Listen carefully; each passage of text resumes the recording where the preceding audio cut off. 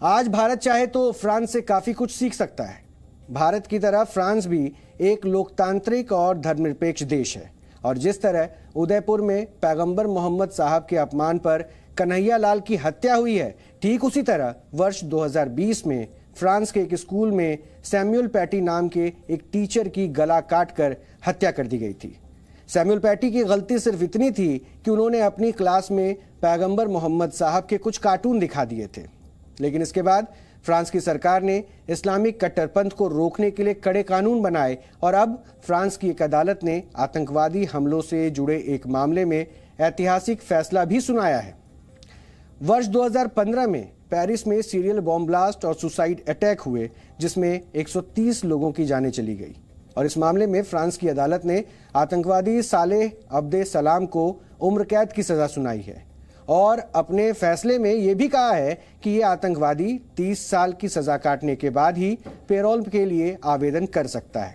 यानी 30 साल तक ये जेल से बाहर नहीं आएगा। हमला करने वाले आतंकवादियों में सलाह अब्दे सलाम ही जीवित बचा है और इस मामले में लगभग 6 वर्षों तक गहन जांच की गई और 9 महीने तक अदालत में सुनवाई भी चली। यानी ये आधुनिक फ्रांस में सबसे लंबे समय तक चला कोई कानूनी मामला है। नटशेल में कहें तो फ्रांस की न्यायपालिका ने बताया कि ये इस्लामिक कट्टरपंथ से कैसे लड़ा जा सकता है, लेकिन हमारे देश में ऐसा करना बहुत मुश्किल काम है। हमारे देश में आतंकवादियों के प्रति हमदर्दी जताई जाती है और जब उन्हें सजा दी जाती है तो सरकारों से लेकर मानव अधिकारों से जुड़ी संस्थाएं और बुद्धिजीवी सवाल उठाने लगते हैं।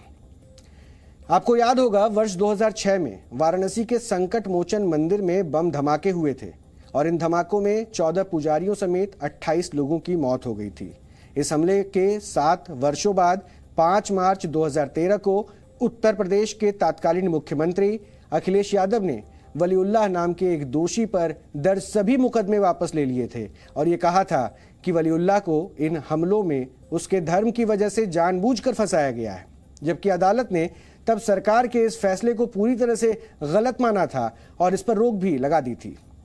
और कुछ दिन पहले ही उत्तर प्रदेश की एक अदालत ने वलीउल्लाह को फांसी की सजा सुनाई है। सोचिए, एक तरफ फ्रांस है जहां पेरिस हमलों के दोषी को कठोर सजा दी गई और दूसरी तरफ उत्तर प्रदेश का ये मामला है जिसमें तत्कालीन अखिलेश यादव सरकार ने आतंकवादी को बेकसूर बताते हुए उस पर दर्ज सभी मुकदमे वापस ले लिए थे।